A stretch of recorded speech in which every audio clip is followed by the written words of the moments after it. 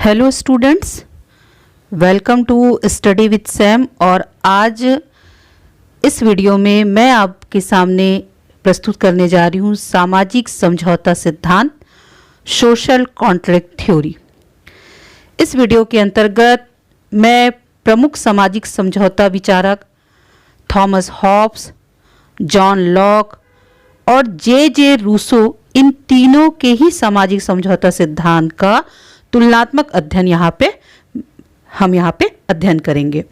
तो इस सामाजिक समझौता सिद्धांत को पढ़ने से पहले आइए हम देखते हैं थॉमस हॉब्स का जन्म जो है वो 1588 में ब्रिटेन के मॉल्सबेरी नामक नगर में हुआ था और उनकी रचनाएं थी डिसीवे, डी कॉर्पोरे, एलिमेंट्स ऑफ लॉ और लेवियाथन। जी हाँ, लेवियाथन इनका महत्वपूर्ण ग्रंथ है और इसी ग्रंथ में उन्होंने अपने सामाजिक समझौता संबंधी विचार को प्रस्तुत किया था। वहीं जॉन लॉक का जन्म 1632 में ब्रिटेन के ही रिंगटन नामक नगर में हुआ था और सामाजिक समझौते से संबंधित उनका सबसे महत्वपूर्ण ग्रंथ था टू ट्रीटीज ऑन गवर्नमेंट। तीसरे नंबर पर जो सामाजिक समझौता संबंधी विचारक हैं जीन जैक रूसो, जिनका जन्म 1712 में स्विट्जरलैंड के जिनेवा नामक नगर में हुआ था और इनका सामाजिक समझौते को लेकर सोशल कॉन्ट्रैक्ट नामक ग्रंथ में उन्होंने इस सिद्धांत का बृहद रूप से विचार प्रस्तुत किया था। इस वीडियो के अंतर्गत हम क्रमशः उन बिंदुओं के आधार पर सामाजिक समझौता सिद्धांत का अध्ययन करेंगे, जिसमें सबसे पहला है कि मानव की जो प्रकृति थी वो कैसी थी।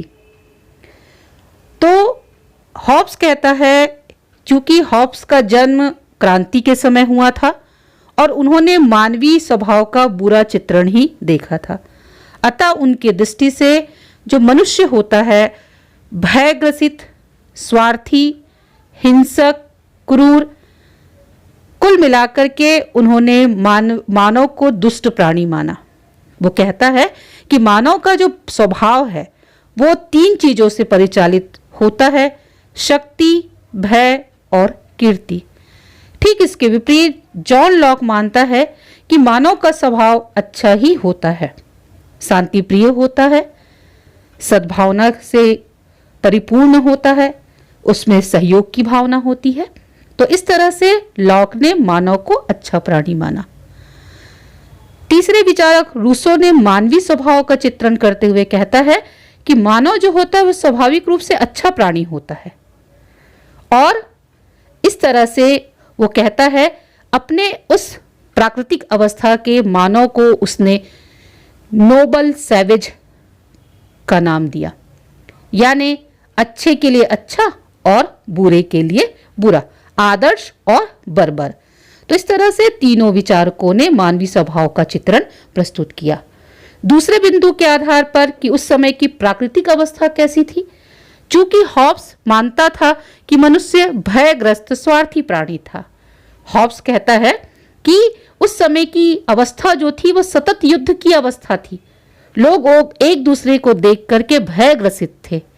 जिस तरह का जंगल में एक पशु दूसरे पशु को देख करके भय आक्रांता रहता है, ठीक वही स्थिति मनुष्य की भी थी। लॉक कहता है, क्योंकि लॉक ने मनुष्य का अच्छा स्वभाव प्रस्तुत किया, इसीलिए लॉक कहता है कि मनुष्य जो है पारस्परिक सहायता का भाव उसमें होता था, सौहार्दपूर्ण वातावरण में वो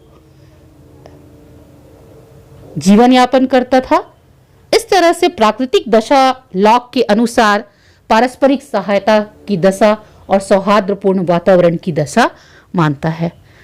रूसो ने तो उस प्राकृतिक अवस्था को परम आनंद की अवस्था, स्वर्णिम आनंद की अवस्था कहा, जहां पर लोगों को कोई चिंता नहीं, निष्फिक्र जहां चाहे वहां घूमे, बिल्कुल स्वतंत्र व्यक्तित्व का वो स्वामी था।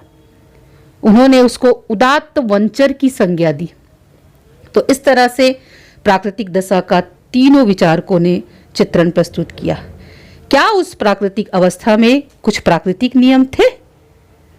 तो हॉब्स कहता है चूंकि राज्य तो था नहीं, इसीलिए कोई कानून तो थे नहीं, पर हाँ कुछ प्राकृतिक नियम थे जो मनुष्य के परस्पर व्यवहारों को नियंत्रित करते थे।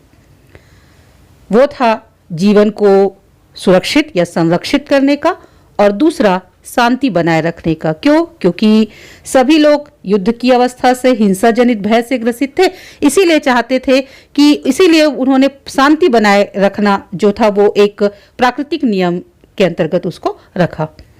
लॉक कहता है कि प्राकृतिक नियम की कोई सहज भावना तो नहीं थी। हाँ, कुछ नियम होते थे, कुछ नैतिक नियम होते थे जो बुद्धि पर आधारित थे, और इसी के द्वारा लोग आपस में मानवीय व्यवहार को नियंत्रित किया करते थे। रूसो क्या कहता है प्राकृतिक नियम को लेकर के? कहता है कि यह बुद्धि का परिणाम तो नहीं था, पर यह नियम सहज भावना पर आधारित था।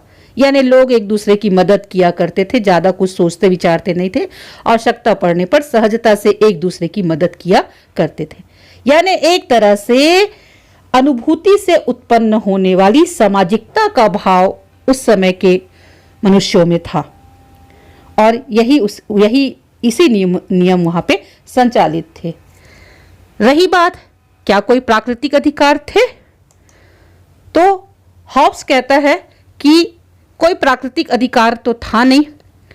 वो कहता है कि प्राकृतिक अधिकार का जो आधार केवल शक्ति था, यानी उस समय के प्राकृतिक अवस्था में जिसके पास सबसे अधिक ताकत होती थी, जिसके पास शक्ति होती थी, सारा नियंत्रण उसी के हाथों में होता था। यदि एक वाक्य में इसको समझा जाए तो सीधे साधे शब्दों में, जिसकी लाठी उसकी भैंस। लॉक क्या कहता है? लॉक कहता है कि मनुष्य होने के नाते व्यक्ति को जन्मसिद्ध अधिकार प्राप्त थे, ये जन्म से उसको प्राप्त था।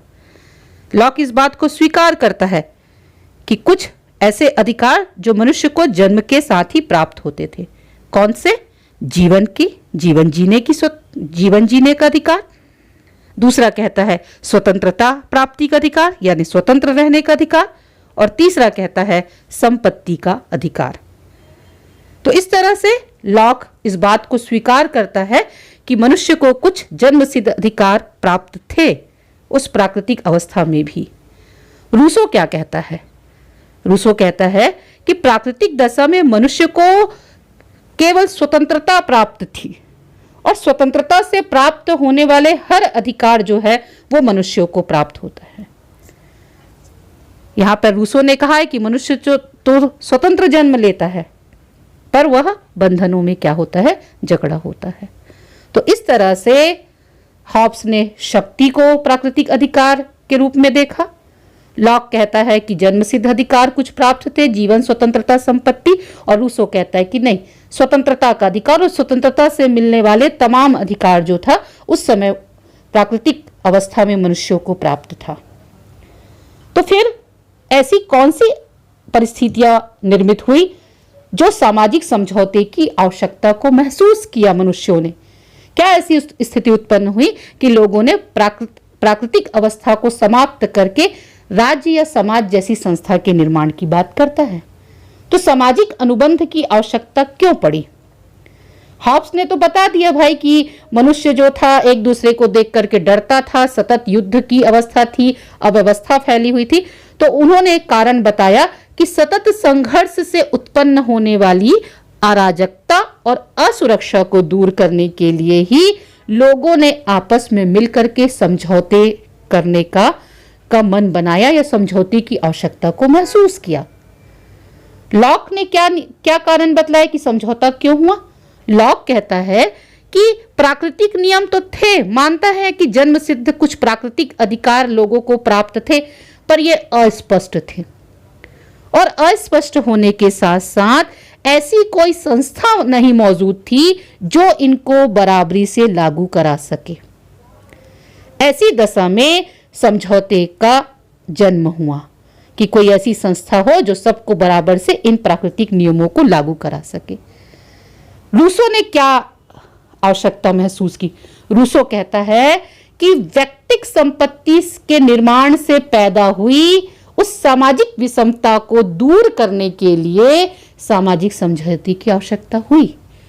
कहने का अभिप्राय कि जब व्यक्ति ने संपत्ति का निर्माण किया, निजी संपत्ति, वो पहला शब्द कि ये मेरी भूमि है, ये मेरा जमीन है, ये मेरा है, उस मैं ने उस प्राकृतिक आनंद की अवस्था को पूर्णतः समाप्त कर दिया और उस संपत्ति ने सामाजिक भेदभाव या विषमता को जन्म दिया और इसके कारण ही लोगों ने आपस में सामाजिक अनुबंध की आवश्यकता को महसूस किया। तो तीनों विचारक ये मानते हैं कि सामाजिक अनुबंध की आवश्यकता उत्पन्न हुई। अब सामाजिक अनुबंध हुआ कैसे, किनके किनके मध्य हुआ और उसका क्या स्वरूप है। सबसे पहले हॉब्स का जो सामाजिक अनुबंध का जो स्वरूप है, उसके अंतर्गत हॉब्स कहता है कि आत्मरक्षा व प्राण रक्षा ये दो ऐसे अधिकार है जो वह स्वयं अपने पास रखता है और उसके अलावा जितने भी अधिकार है वो एक सर्वोच्च संप्रभु को समर्पित करने की बात करता है और इसी समझौते के द्वारा राज्य का अस्तित्व होता है और उस अमर्त्य प्रभु का निर्माण होता है। यानी यह जो समझौता है राजा और किसके बीच, मनुष्य के बीच हुआ और उस समझौते के द्वारा ही एक अमर्त्य प्रभु का निर्माण होता है जिसको ही हॉब्स ने लेवियाथन कहा है। उस संप्रभु शक्ति का नाम ही क्या है, लेवियाथन है। उसी प्रकार लॉक ने कहा कि समझौता किसके मध्य हुआ, वो कहता है कि समझौता द्वारा सभी नहीं किंतु कुछ निश्चित अधिकार वो छोड़ता है और इसके द्वारा निरंकुश सत्ता का निर्माण नहीं होता बल्कि हम अपने कुछ अधिकार ही उसको सौंपते हैं। तो इस प्रकार समझौते का यह विवेचन जो है लॉक ने प्रस्तुत किया। रूसो क्या कहता है, रूसो कहता है कि राज्य का जन्म व्यक्तियों के व्यक्तिक व सामूहिक दशा में किया गया समझौता है। यानी एक ओर मनुष्य अपनी व्यक्तिक स्थिति में होता है और दूसरी ओर सामाजिक स्थिति में होता है। तो पहला पक्ष जो है वो दूसरे पक्ष के प्रति अपने समस्त अधिकारों का पूर्ण समर्पण कर देता है।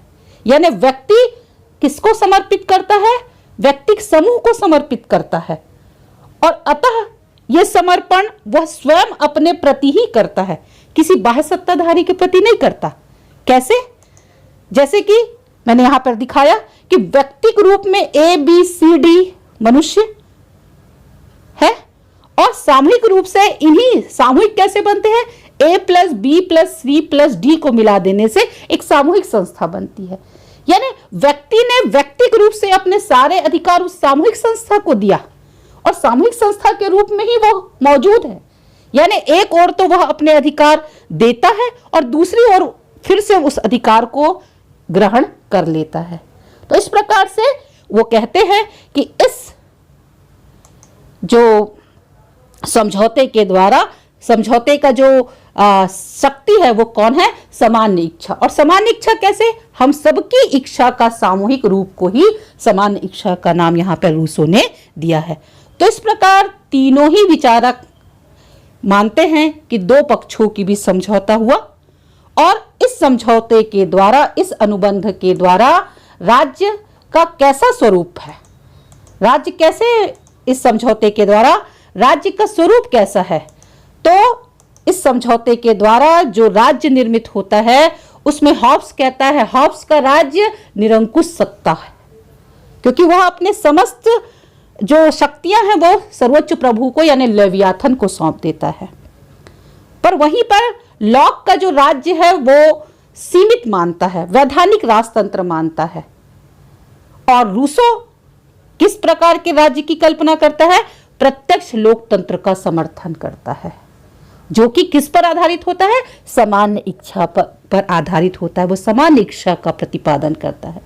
इस प्रकार हॉब्स, लॉक, रूसो तीनों ने ही सामाजिक अनुबंध के इस विचार को प्रस्तुत किया। तो यहाँ पर आज हमने देखा कि अनुबंध क्यों हुआ, सामाजिक समझौता क्यों हुआ, और इसका हम तीनों विचारों के आधार पर इसका तुलनात्मक अध्ययन हमने यहाँ पे देखा। तो प्लीज़ आज का ये लेक्चर यहीं पर समाप्त होता है, और इससे अधिक जानकारी यदि आप सामाजिक समझौते के संबंध में लेना चाहेंगे तो तीनों विचारकों का इंडिविजुअल वीडियो मैंने पहले ही इस पे शेयर कर दिया है। इसका लिंक मैं डिस्क्रिप्शन बॉक्स में डाल दूंगी, तो आप वहां पर भी जा करके इसको विस्तृत रूप से इसका अध्ययन कर सकते हैं। धन्यवाद।